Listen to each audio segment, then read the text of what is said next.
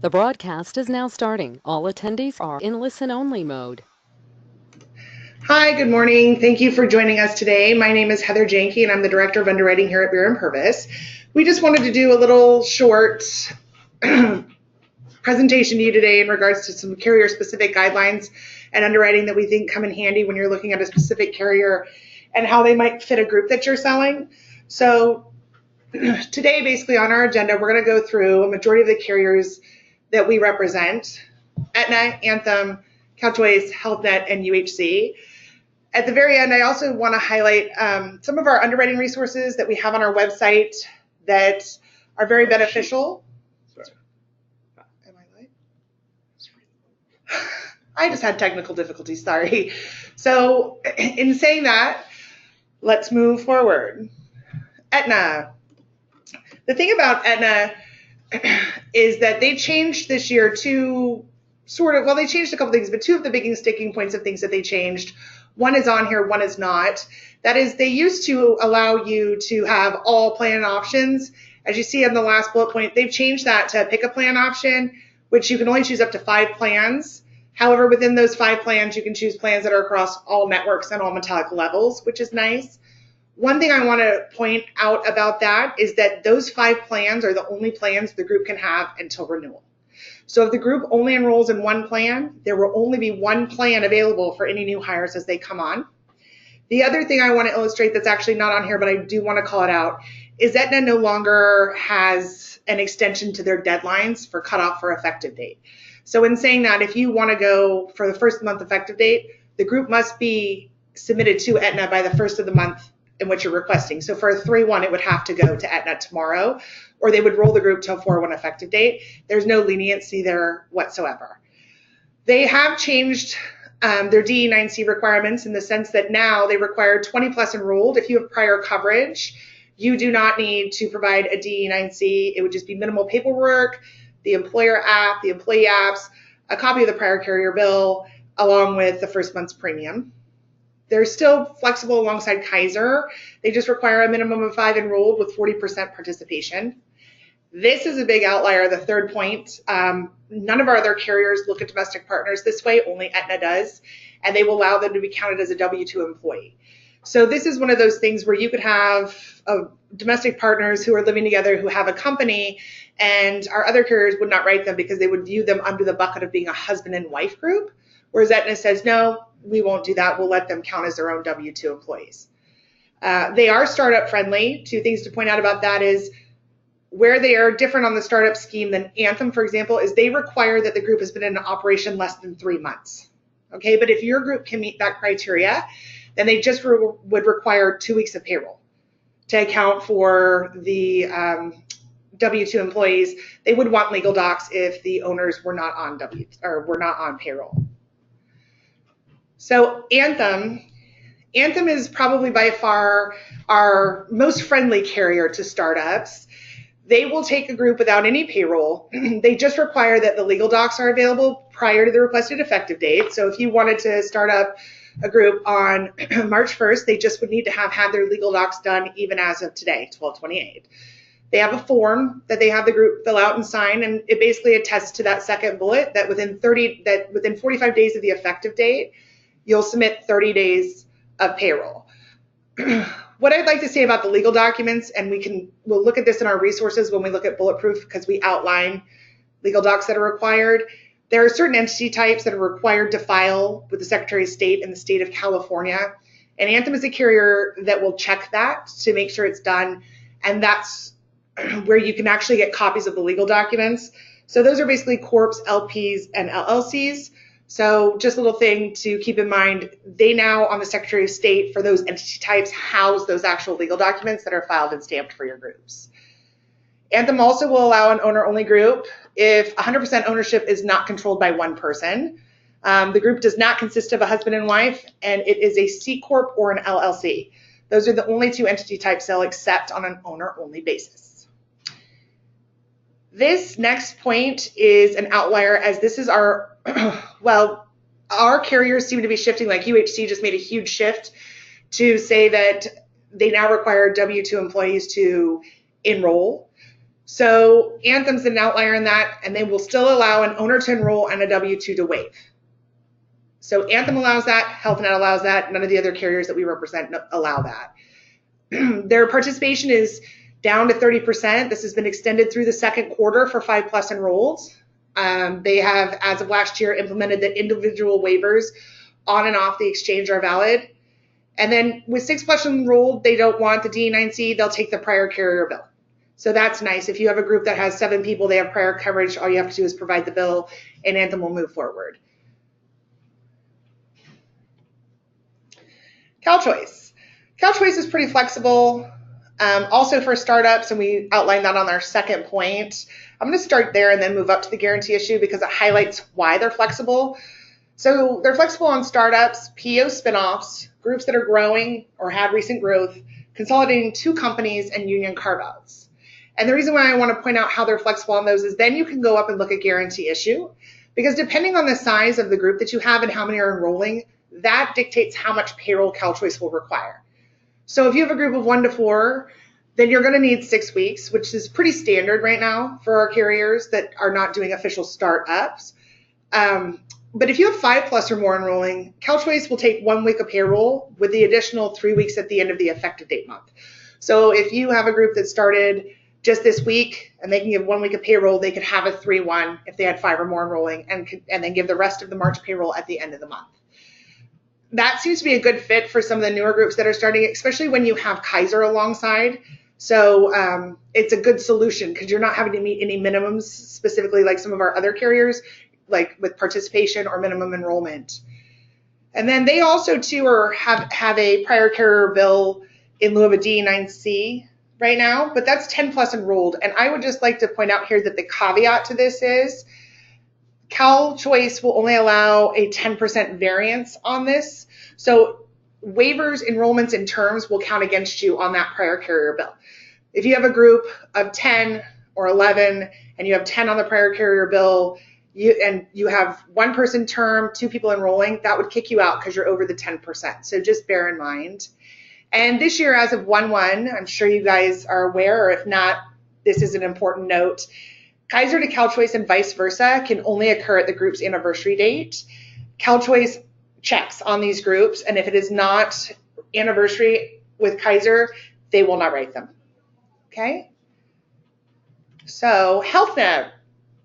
Health Net is the other carrier we represent that will allow the owner to enroll if the W-2 waives. So those are our only 2 carriers that we have right now, Anthem and Health Net, that do that.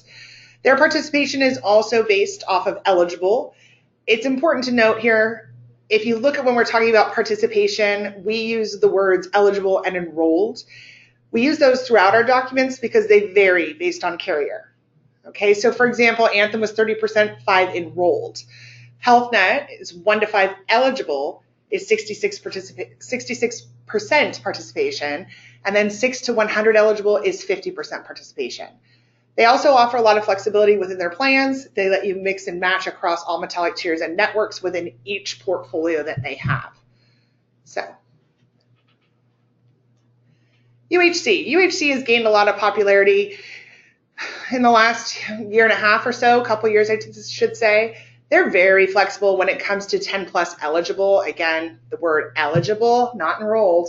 If you have 10 or more eligible within a group, you can submit what they call their participation certification in lieu of a DE9C. They never require a prior carrier bill, just to keep that in mind on the medical side. Alongside Kaiser, they want 5 California employees enrolled with a 60% combined UHC and Kaiser enrollment. So that can sometimes be a good fit for groups that have heavy Kaiser participation.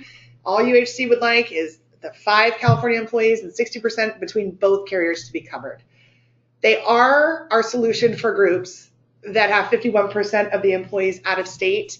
If you run into a group that's flip-flopped or might have an issue, please reach out to us, your sales rep, and check with them, because depending on certain criteria that UHC has outlined on these groups, the groups still may be able to get California rates and plans. It just depends on some variables. But we also have the ability to look at other states that UHC offers coverage in and provide you rates for those states and write out of those states if you're appointed. They too will do an owner-only group if Again, the 100% ownership is not controlled by one person. And the group does not consist of a husband and wife, which is standard. And if they're an S Corp, C Corp, or LLC. So they are an option for those. 1099s are eligible. They're the one carrier we have that allow you to cover your 1099s. You just need to have an owner or a W-2 that's eligible as well. Eligible being the word. They do not ask for miscellaneous 1099 forms. They have a specific form where the employer would list who the 1099 employees are and attest to the fact that they've been there and they're 1099 employees, and UHC would enroll them. So that's a nice fit for some of those groups. Individual waivers are also valid for UHC on and off the exchange. They do a guarantee issue of 6 weeks, so that's great. And then it's a new implementation system that reduces turnaround times, but I think you guys, if you're out there, you've heard about it. It's SAM. It's been around for about a year and a half, 2 years, year and a half, I want to say, maybe a little bit longer than that. It actually does speed up the process for UHC, especially during fourth quarter and busy times of the year. There are some caveats to that, that being that if you have a group of 2 eligible or less, the processing time, even in SAM, is going to be extended to 4 to 5 days because they're really qualifying those groups as being groups. They don't want to approve a group, go back and look at it and realize it never should have been approved and then rescind coverage. So they're trying to not have to rescind coverage. I believe they had issues in some states other than California where they were having to rescind coverage and it just became a nightmare for them. So smaller groups will take a little bit more time to process. There are groups that cannot be done within the system. For example, a union carve-out has to be done in a different manner and processed more in the old way that UHC used to process groups. So that would extend out the time frame there. So like I said, we just wanted to give you a brief overview of some of our carriers' points and point out some of our resources. So I'm sure you guys have seen these, been sent these with quotes or found them on our website. These are our medical underwriting guidelines, and basically we go by carrier, by subject, and these can be found on our website under back pocket. So under underwriting, the medical, if you click here, it'll pull up the medical underwriting guidelines. I want to illustrate this. This is a really good resource. Whenever we have any updates and any changes from the carriers, these get updated and posted immediately. So if you happen to have these printed at your desk and they're a month old, please throw them away and pull a new copy. I don't really think it's great to have it lying around. I think if you need it to take to a group or look at something, to just pull it at that moment and then get rid of it, because our carriers have changed very much, as I'm sure you all know, and things are very fluid now. Whereas we used to be able to depend on our carriers to only make changes at the on the quarterly basis, 1/1, 4/1, 7/1, 10/1, they now make them as needed as they see fit. So to highlight that would be UHC no longer allowing a W-2 to waive, was just changed to 1. So it was off the quarter. The other resource I want to point out is our bulletproof underwriting, which is also in back pocket. And this is a great resource to get when you want to get a little deeper. So when it's not just about whether or not you need a DE9C or a prior carrier bill, when you're trying to figure out what are the carrier's rules to VGI, when is a group like startup, when is it a spinoff, what do we do if we're consolidating companies? I have a new group, it's an LLC, what legal doc? Our owner only allowed. This digs much deeper into those sort of scenarios. I really feel like it's a companion piece to the medical underwriting guidelines, because whereas those are a quick snapshot of things like, oh, owner only is not eligible. This digs into, well, it's not eligible here, but it is here, and this is why. So this expounds upon some of the unique situations you may find yourself in with a group. It goes over the GI timetables. We have an active link if you're trying to figure out minimum wage participation. So it just is a really great resource to have. We talk through union, we talk through spinoffs, we talk through PEO, all the little outliers that you might find in a group. And so right here, we'll just highlight, this is what clicks out to show you minimum wage. And if you click on the Excel spreadsheet, it will pull up and you're able to search by city.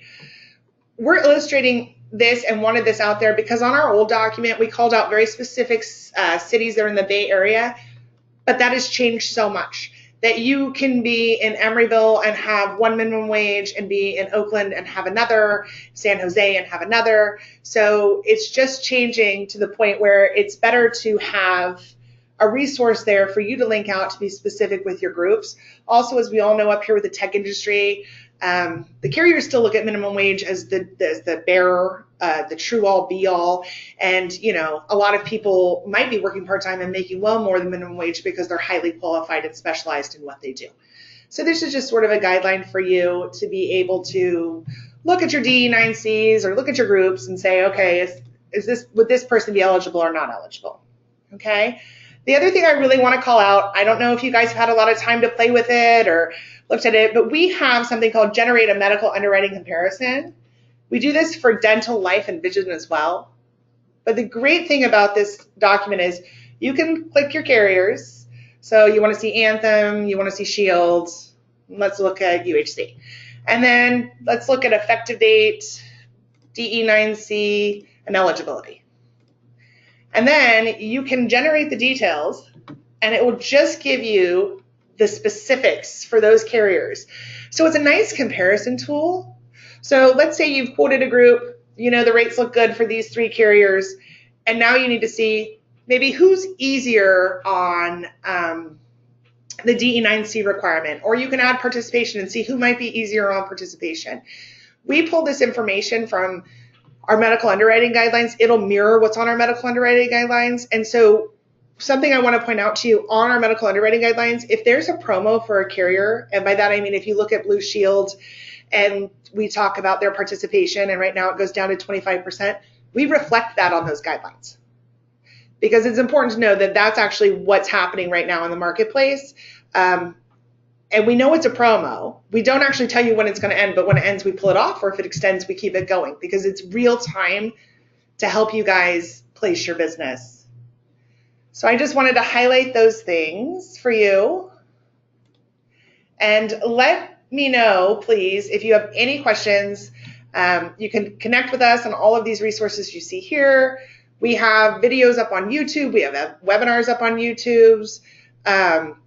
We send Twitter out, real-time updates, emails that we send out. So, you know, there's a lot of ways to connect with us. Let us know what you think. Reach out to me and let me know if you have any more detailed questions. I know this was sort of a quick walkthrough of some very specific points. I also want to say if there's something you would like us to cover, if there's something you think would be beneficial, if there's something you would like me to go more in depth on in a webinar format, whether I do it for everyone or I just do it specifically for your office, please don't hesitate to reach out. I'm happy to build those out and present those to you. Thanks so much for your partnership and thanks for joining us today.